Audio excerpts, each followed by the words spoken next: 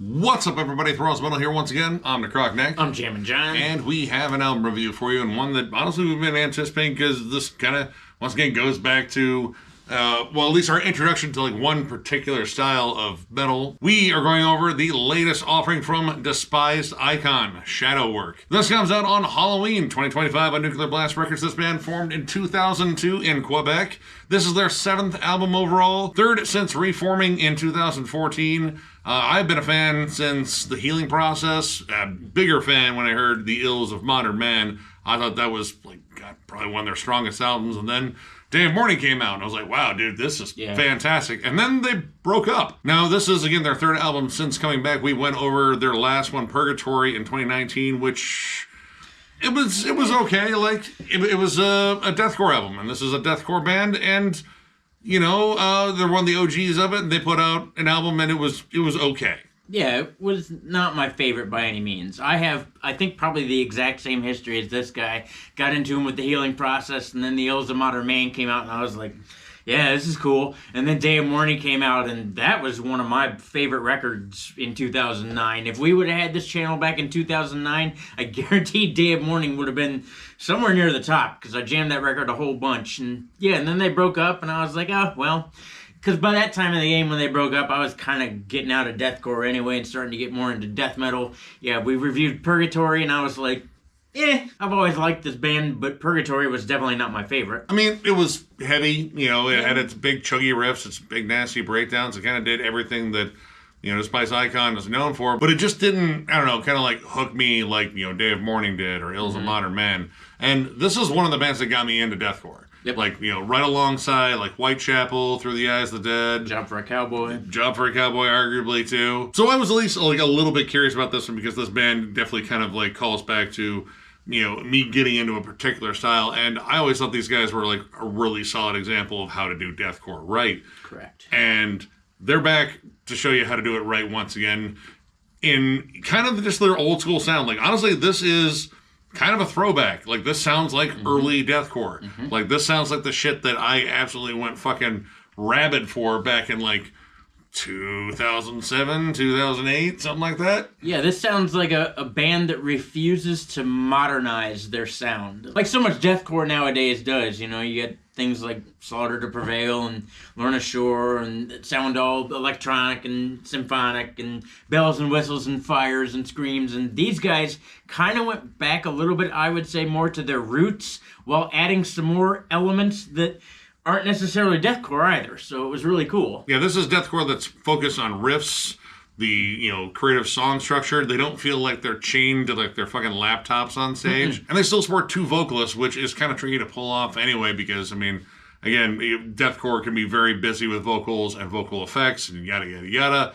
But again, this is more old school. These guys, you know, both Steve and Alex, they've been fucking feeding off each other in terms of their vocal styles for a while.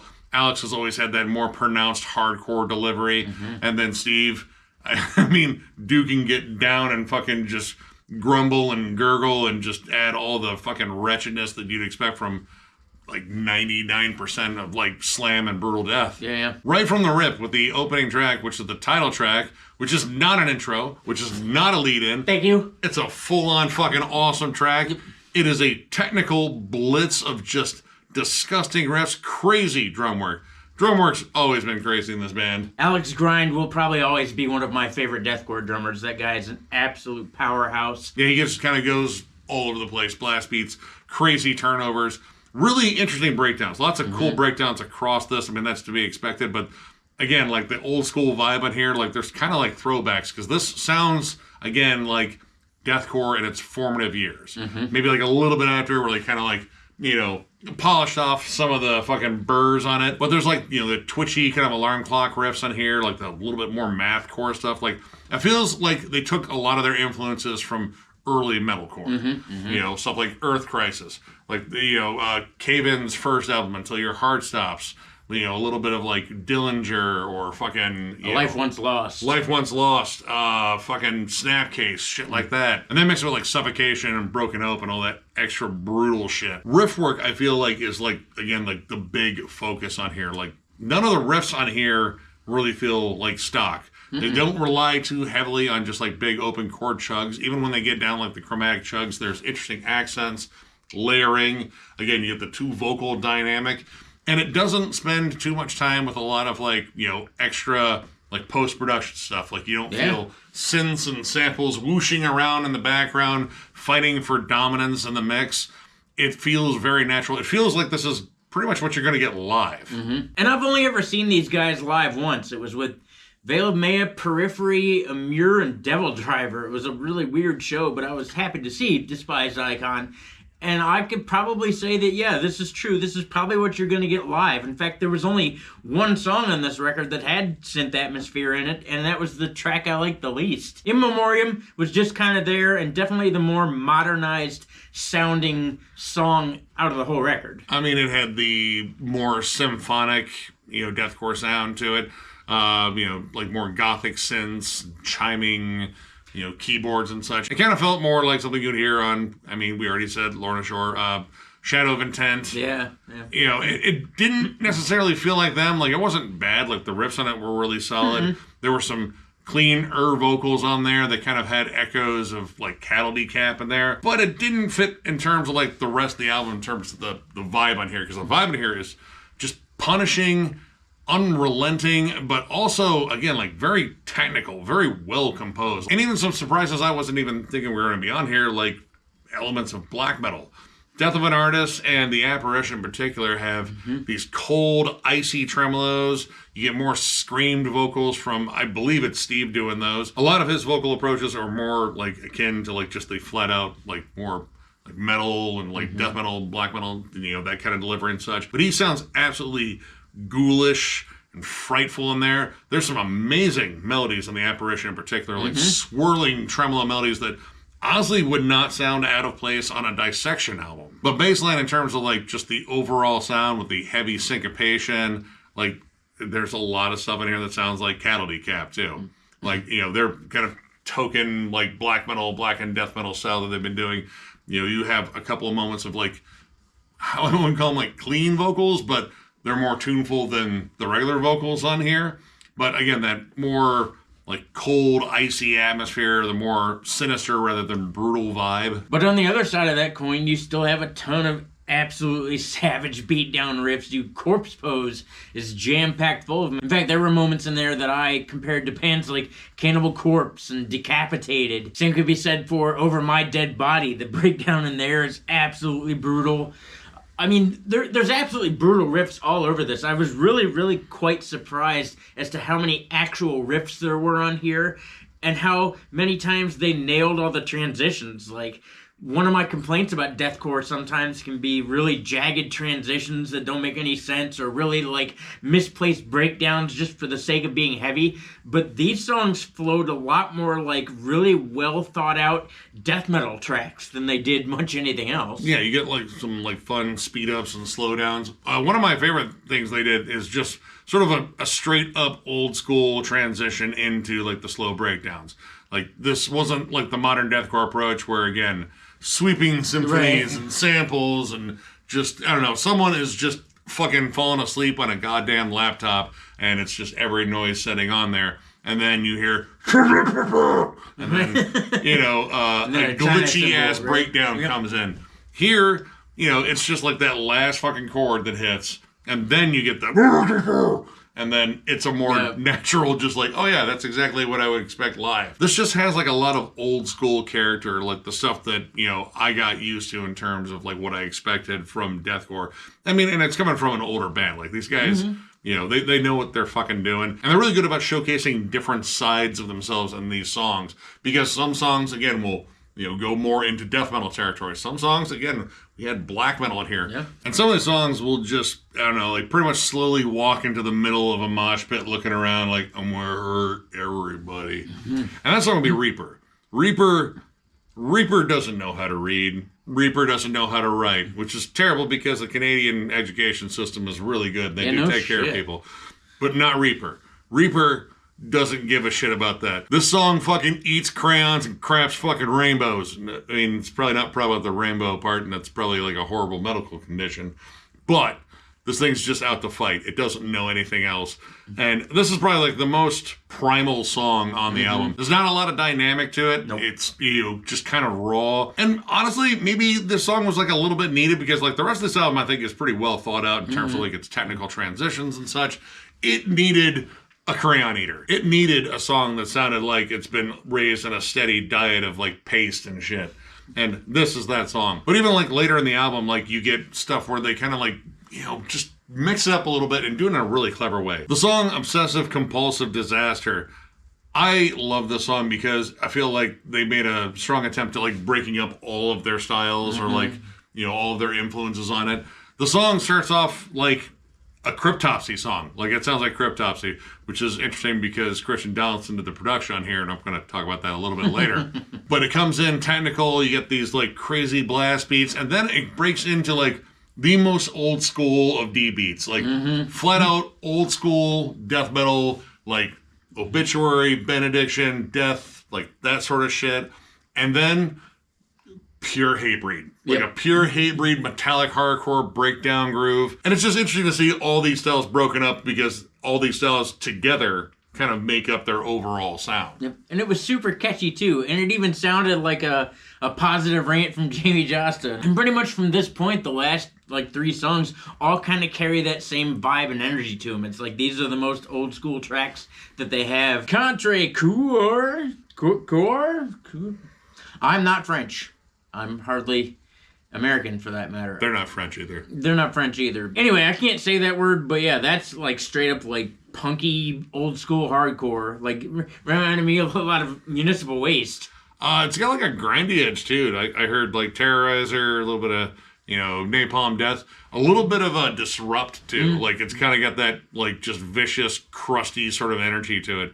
And then Fallen Ones is like 99% just old school metallic hardcore.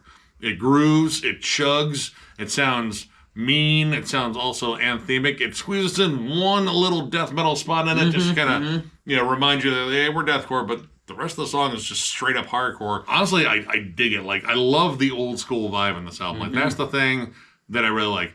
I will say though, it is like still a touch modern. Like this does have some modern production, but not the modern production that I expected. And it's kind of a love-hate relationship.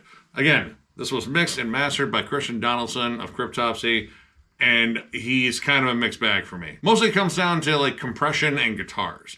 His guitars always feel a little staticky. And the compression thing, it's like he's got every album that he's ever mixed like in a headlock, just kind of squeezing them. I mean, I guess, like I've always said, that helps with things like syncopation. Like, if you're going to get, like, every, flourish in there and every kick drum beat, if you want things to be, like, decapitated tight as far as syncopation, then you want to squeeze kind of the life out of them. But in this case, when it gets faster, it really does kind of squeeze the life out of a machine gun riff, which, I mean, happens a lot, I guess, in metal. And, like, I can't complain overall because the tone on the guitar is nice. When it's riffy and this album is jam-packed full of fucking riffs, it still sounds decent. And in terms of more modern producers, like, again, this doesn't have that glitchy modern deathcore sound. Like, this doesn't sound like a Brand of Sacrifice album or like a Chelsea Grin album or, just take your pick of, like, modern deathcore bands that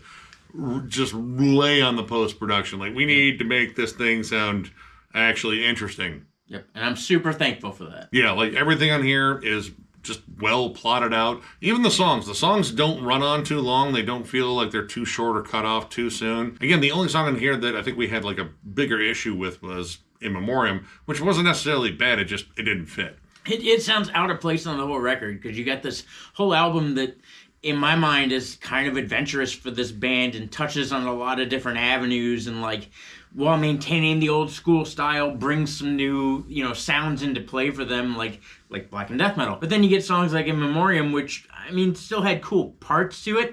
It just felt like it didn't vibe with the rest of the vibe of this album. Overall, though, I'm going to give this record a very solid 4 stars. I was super impressed. To me, this is the best that they've sounded in their comeback career.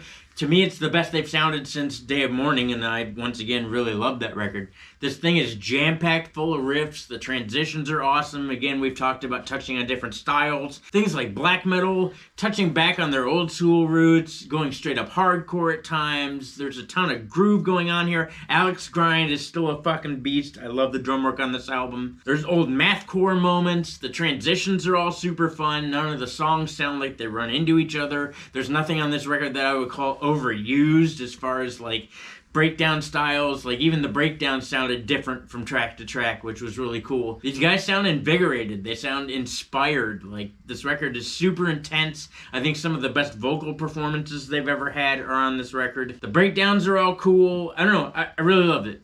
From track to track, I really enjoyed it. I was really quite impressed. I wasn't overly sure what we were going to get out of it, although I've heard the singles and I thought those whooped ass, so thought there was definite potential here, but I think they nailed it. If you've been a fan of this band for a long time, especially their earlier career, I think you'll still be a fan of this one. There's definite touches of their past on here, as well as some new things that are really cool. If you're a fan of bands like Cattle Decapitation, or straight up regular Decapitated, Ingested, Whitechapel, Hatebreed, Undeath, things like that, probably want to check this out for yourself. I am also a 4. Honestly, I agree. This was the best thing that they've put out since coming back. And again, like it does so many things really well in here. You know, pacing, song construction. The songs are interesting. They space out the breakdowns enough to the point where like it doesn't become like a thing where like, man, every like 4 seconds there's a breakdown.